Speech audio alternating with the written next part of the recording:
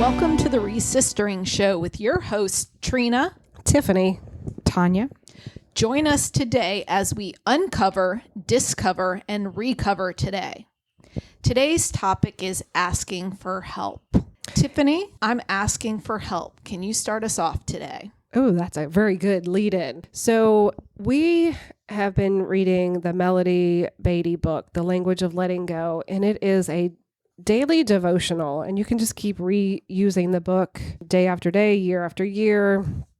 And December 9th in her book is called Asking for Help. So appropriate for our topic. I'm just going to read it to you very quickly. It's okay to ask for help. One of the most absurd things we do to ourselves is not asking for the help we need from a friend, a family member, our higher power, or the appropriate resource.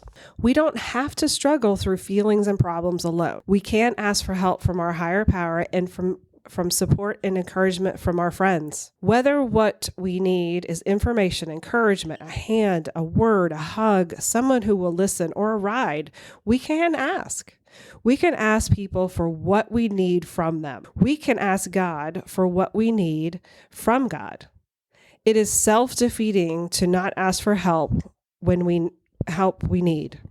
It keeps us stuck. If we ask long and hard enough, if we direct our requests to the right source, we'll get the help we need. There is a difference between asking someone to rescue us and asking someone in a direct manner for the help we need from him or her. We can be straightforward and let others choose whether to help us or not.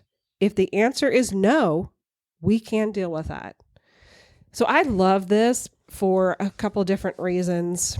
The first one is not knowing the appropriate reason to even ask for help. So I'll just give you a little story. Maybe 6-7 years ago, we had sold our house and we were right in the middle of moving, and I threw my back out. Could not walk, could not do anything.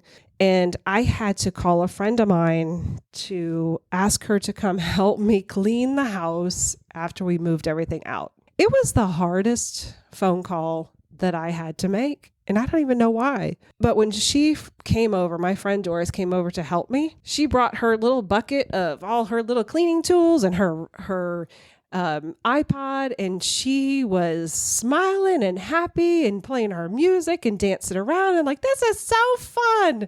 I was so confused. I was like, wow. So joyfully, she came over to help me because I asked, but it was very direct. It was very purposeful. It wasn't to rescue me. It was just to help me. So I just love being direct and knowing that we do have our support system. Tonia or Trina, do either one of you guys have a story about asking for help? Tiffany, thanks for sharing that. Yes, what comes to mind is about that same time frame, probably around 2014, 2015. There was a lot of stuff going on in my life. I had just moved with my family to Florida. I was in the middle of a marriage that was ending. Both of my children had health issues, mental health and physical health issues, and I was white-knuckling sanity every single day. Some of my psychic abilities had opened up. I was scared every day. I was shaky. I didn't know how to handle anything. I am in a 12-step recovery program, and we have a sponsor in those programs, someone that we can go to in times of need. Well, I was talking to a friend and I said, my sponsor's just not there for me. And I said, she's working all the time. She's got a family. I said, but I really need help right now. I really need someone to be there for me. And the friend I was talking to looked at me and she goes, did you ask her for help? And I said, well, she should just know I need help. I am desperate. And she said, you need to ask her for help. Wow. What Tiffany talked about, I was used to being self-sufficient. My ego was huge. I can help you, but you never need to help me. I got this. And it's very hard to admit that I'm struggling. And I thought the whole world would shut down and everyone would talk about me. And it would be this big deal because, you know, the opposite of narcissism is that other end of the spectrum where I'm still thinking everyone's thinking about me. But anyway, so I took to heart what she said. So I called my sponsor later that day, and it took all my courage, just like what Tiffany said. And I told her how much I was struggling, how much I was scared. It wasn't even I was scared that I was going to drink. I was scared that I was going to lose my mind. And I really needed help. And you know what she said to me? Do you guys know? What did she say? She said, "What time tomorrow would you like to meet?" Oh my God, that's awesome. Direct question. You asked for help directly. I have goosebumps right now because it was that powerful. We started working steps, which are in my program, just because, as she said, I don't know what else to do. This is what we do. We started meeting, and she just had my back. That was it. And she didn't do anything magic. She just said yes. But the magic was that I was actually vulnerable enough to ask. And that is like my bottom. I mean, that is my ego. That is when I can actually heal, when I don't have to look like I have it all together. And I'll end with this. The second step in the recovery program is basically that God can restore me to sanity. And we finished talking about the second step, her and I, and she looked at me, and this was so powerful, and I don't even know why. She said, "Do you feel safe now?" And I'm going to cry because I said yes. And the reason I felt safe is because when I asked for help, I have humbled myself to the extreme, and I am willing to do anything I need to do to recover. That's my story about asking for help. That was awesome. Tonia, do you have anything to share? I guess mine is a little more recent, where I was just out of the hospital and I just was not physically or mentally able to handle the situation that happened at the pharmacy, where as simple as the pharmacist said, "We're not going to have your medication until Monday." And this was Friday.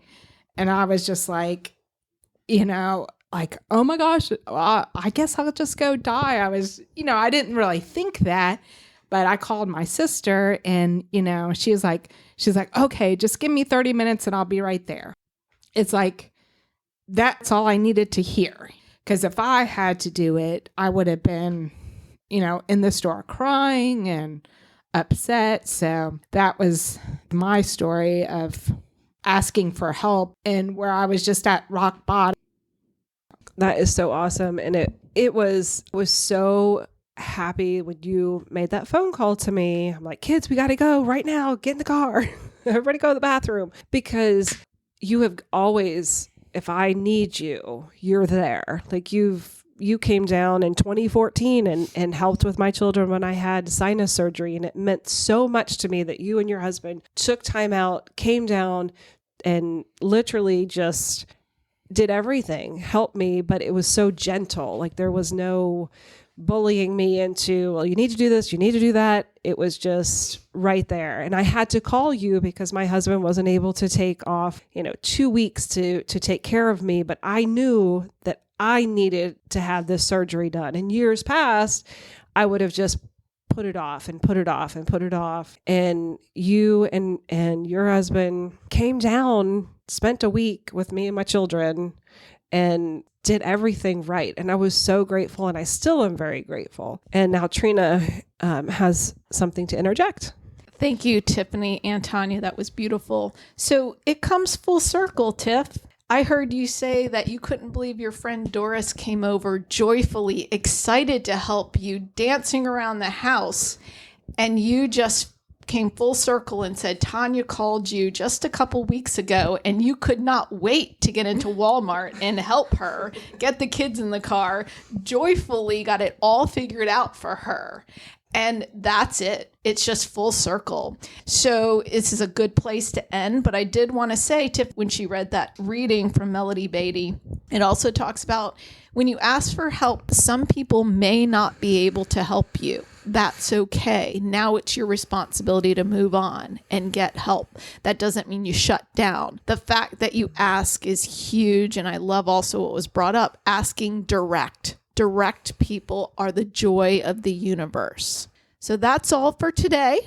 Join us next week for another episode of the Resistering Show. We look forward to joining us next time as we continue to uncover, discover, and